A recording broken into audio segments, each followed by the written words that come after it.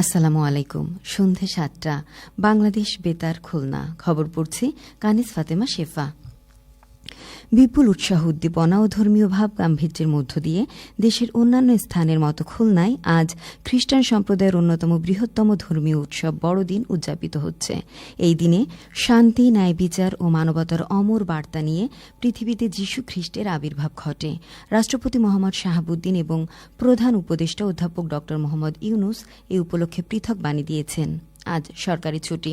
খুলনায় Saint Joseph Cathedral, Baptist Mission, Rupsha গির্জা, Sonadanga Baptist, Mujgunni ও Khalishpur Church of Bangladesh, Motiakhali Baptist ও চানমারি চার্চ সহ খুলনা মহানগরী ও জেলার বিভিন্ন চার্চ ও গির্জায় এই উপলক্ষে বিভিন্ন কর্মসূচি গ্রহণ করা হয়েছে। কর্মসূচির মধ্যে রয়েছে উপাসনা, প্রদীপ প্রজ্বলন, সমবেত প্রার্থনা, কেক কাটা, কার্ড বিতরণ, ক্রিসমাস ট্রি সাজানো, মিষ্টি বিতরণ এবং সাংস্কৃতিক অনুষ্ঠান। খুলনা মহানগর ও জেলার সকল গির্জা ও উপাসনালয়গুলোতে নিরাপত্তা ব্যবস্থা জোরদার করা হয়েছে। এদিকে এই উপলক্ষে যশোর জেলার সকল গির্জায় বিভিন্ন কর্মসূচির আয়োজন করা হয়।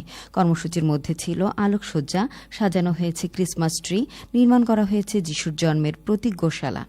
ঝিনাইদহে বড়দিন উপলক্ষে প্রার্থনা, আলোচনা সভা ও কেক কাটার আয়োজন করা হয়।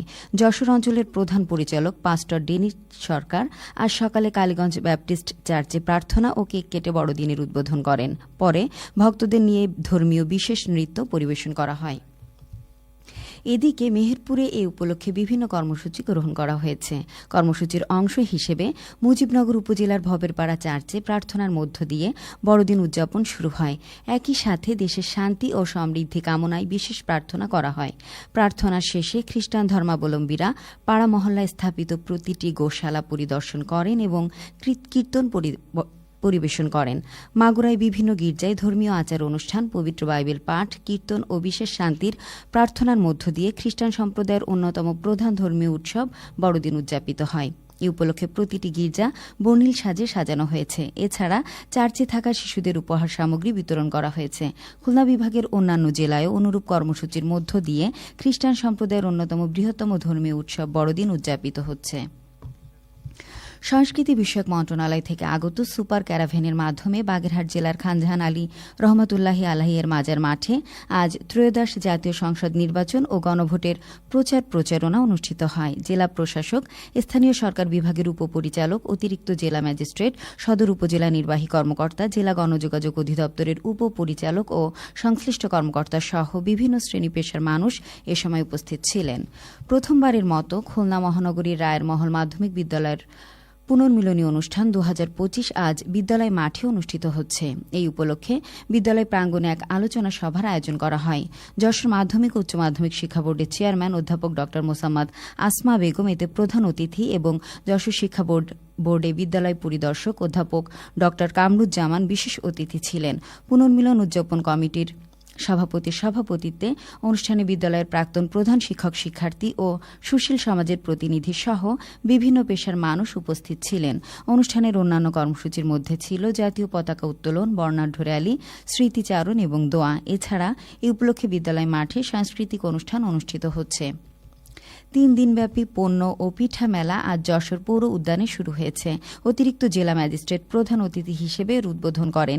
একটি বেসরকারি সংস্থার সভাপতি সহ নারী উদ্যোক্তাবৃন্দ এ সময় উপস্থিত ছিলেন। মেলায় ৪৩টি স্টল খোলা হয়েছে এবং এসব স্টলে নানা রকম পিঠা, পায়েস সহ হাতে তৈরি বাঁশ, বেত ও কাপড়ের তৈরি সামগ্রী প্রদর্শন ও বিক্রি করা হচ্ছে। মেলা প্রতিদিন সকাল ১০টা থেকে সন্ধ্যা ৭টা পর্যন্ত সকলের জন্য উন্মুক্ত থাকবে। খেলার খবর, ক্রিকেট। মহান বিজয় দিবস উপলক্ষে সাতক্ষীরা সরকারি উচ্চ বিদ্যালয় খেলার মাঠে ইসলামী ব্যাংক কমিউনিটি হাসপাতাল আন্তঃবিভাগ ক্রিকেট টুর্নামেন্টের আজকের ফাইনাল খেলায় তিতুমির ফাইটার্স ১৮ রানে খালিদ রাইডার্সকে পরাজিত করে চ্যাম্পিয়ন হয়েছে। তিতুমির ফাইটার্স প্রথমে ব্যাট করে নির্ধারিত ১২ ওভারে ৫ উইকেট হারিয়ে ১৩০ রান সংগ্রহ করে। জবাবে খালিদ রাইডার্স ১২ ওভারে ৫ উইকেটে ১১২ রান করতে সমর্থ হয়। ভলিবল। বাগেরহাট জেলা স্টেডিয়ামের সামনে কাবাডি শেডে তারুণ্যের উৎসব উপলক্ষে ভলিবল প্রতিযোগিতার ফাইনাল খেলায় আজ খানজাহান আলী দল ২-১ সেটে জেলা পুলিশ দলকে পরাজিত করেছে। পরে জেলা প্রশাসক প্রধান অতিথি হিসেবে বিজয়ীদের মধ্যে পুরস্কার বিতরণ করেন। সবশেষে আবহাওয়া। আজ রাত ১টা পর্যন্ত পূর্বাভাসে বলা হয়েছে অভ্যন্তরীণ নদীবন্দরগুলোর জন্য কোনো সতর্কবাণী নেই এবং কোনো সংকেত দেখাতে হবে না। খবর শেষ হলো। আমাদের পরবর্তী খবর প্রচারিত হবে আগামীকাল সকাল ৮টা ১০ মিনিটে বাংলায়। 10.2